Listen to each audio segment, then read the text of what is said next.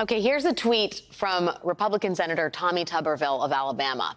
Broadband is vital for the success of our rural communities and for our entire economy. Great to see Alabama receive crucial funds to boost ongoing broadband efforts. Then the senator links to a local story about Alabama receiving $1.4 billion in funding for new broadband access. The problem for Senator Tuberville is that Alabama received that $1.4 billion in new broadband funding because of Joe Biden's bipartisan infrastructure bill, a bill that Republican Senator Tuberville voted against. And here is a similar tweet from Republican Senator John Cornyn, celebrating the $3.3 billion in federal funds that Texas received to expand broadband in that state. And as you can probably guess, Senator Cornyn also voted against the Biden infrastructure bill that was responsible for that influx of funding. In South Carolina, it was Republican Congresswoman Nancy Mace touting a new bus project in her state that was, again, made possible by that very same infrastructure bill, which Nancy Mace also voted against. In fact, when the bill passed, Congresswoman Mace called it a fiasco and a socialist wish list. U.S. Transportation Secretary Pete Buttigieg was asked about the Republican highway hypocrisy when he was in Nancy Mace's home state last month. What are the odds on Republicans who are applauding projects that are funded with federal dollars from this bipartisan infrastructure law, but they voted against it originally? Well,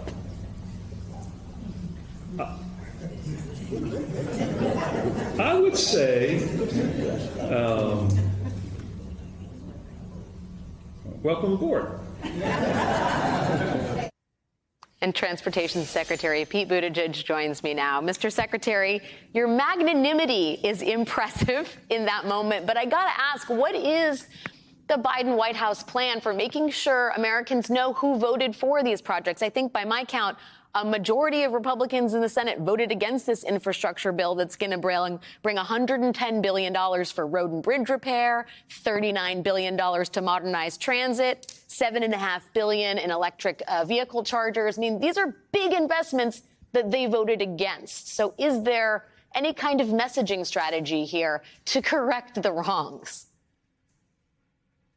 Well, look, I think it's important for these members of Congress, for their constituents to know where they stood when we were fighting to get this money in the first place. Remember, this bill, even though it was bipartisan and even though we're proud of the strong bipartisan majorities that passed it in the end, this bill didn't come easy. It was declared dead multiple times. The president kept fighting for it. Congressional Democrats kept fighting for it. And some congressional Republicans crossed over to work with President Biden and work with Democrats to get it done. Many others stood in the way, denounced it as wasteful spending, denounced it as socialism. And of course, what's remarkable is it turns out they don't think it's socialism when it's coming to their districts. They think it's so great that they want to be at the press conference. They send press releases touting their advocacy for it. Sometimes they even describe themselves as having secured it, which is obviously, you know, it's hard not to chuckle at that, sitting in the Department of Transportation that's approving some of these grants, or knowing that other departments in the Biden-Harris administration are making the decision to send this funding to these constituencies. But I think what we're demonstrating is, look, we're going to send this funding where it's needed. And this is places that are red, blue, and purple. We're not going to punish any American for the short-sightedness of their elected officials if there's a deserving project. And I've been in a lot of red, blue, and purple states. Recently was in eastern Kentucky, the Pan Bowl Lake project there. That's going to mean a lot to the community of Jackson, an Appalachian community that was devastated by floods last year. And in repairing State Route 15, we're also going to be able to help repair the dam that sits under it and make that community safer from flooding. It was a big priority for Governor Beshear, who was also a big supporter of this bill. And I'll tell you, when I got there, we weren't talking about Democrat, Republican. We were talking about how this is going to save lives. I was in Grand Forks, North Dakota, where we celebrated the work that was going on there with a railroad crossing that they've been wanting to get rid of since the early 1990s because it cuts the town in two. We're finally able to do it. These are good projects. And, you know, look, the sign of a bad policy is the people who pushed it abandon it later on. The sign of a good policy is even the people who fought it and stood in the way at the time come to support it. I just wish they would be a little more straightforward and maybe even go so far as to acknowledge that they were wrong when they said that this infrastructure bill was a bad idea. And they were wrong to call it socialism, as evidenced by the fact, or at least wrong to denounce it as socialism and wasteful spending. If it is socialism, then it seems to be socialism that these Republicans love when it's coming their way.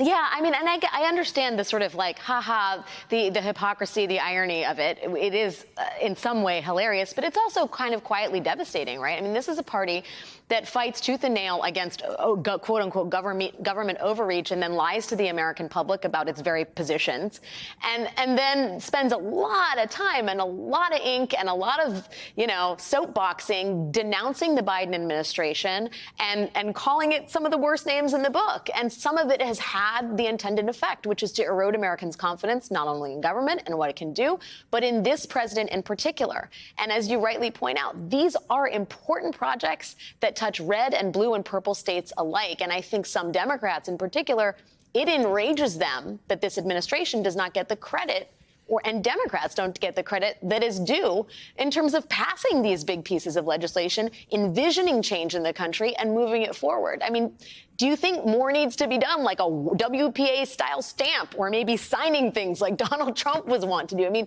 does there need to be more of an effort to correct the record? Yeah, I do think we should not be shy about making clear who is for and who is against this work. And you're going to see that in terms of certainly me and cabinet colleagues hitting the road, the president and the vice president hitting the road. You're going to see that in terms of the story we're telling, signage, things to let people know how their tax dollars are being put to work. I will say that, it actually represents progress that these Republican congressional members who voted no on the bill are talking about these projects, even if there's some obviously rich irony in them trying to take credit for the projects. I have to say it's actually good news that they're talking about it, because another pattern that I've seen, especially in the ecosystem of the media on the right, is they almost never talk about the projects at all. I could go to 10 different states, including conservative and rural areas, delivering fantastic projects, and then maybe along the way I'll comment about why we care a great deal about an issue like equity. And I will see some of these political figures or some of these media environments denouncing us for being so obsessed with quote unquote social issues that we're not taking care of the basics. But when we take care of the basics, they tend not to be there to talk about it or to cover it. So I'm saying this, not to be snarky, but honestly, it really is progress to have them at least acknowledging that these projects are happening, even if it comes in the form of them taking credit or trying to take credit for projects that they also tried to block when it came time to get them funded. But I think in the end, people hold their elected officials accountable for the choices they make. We certainly expect that. We expect to be held accountable for the policy consequences of the policies we advocate. And I think people out there are pretty smart. They're going to connect the dots on who was there and who was not there to actually get the funding that is delivering broadband to rural areas, that is getting rid of railroad crossings in places where that's needed to be done for a long time, that is helping us fix roads and bridges that have needed to be fixed, helping us improve airports at a time when we've recently recorded the highest number of passengers ever in American history as part of that July 4th weekend. And we know we need the infrastructure to keep up with that growing demand. I think people are going to see very clearly who stood where. And of course, we're not going to hesitate to remind them.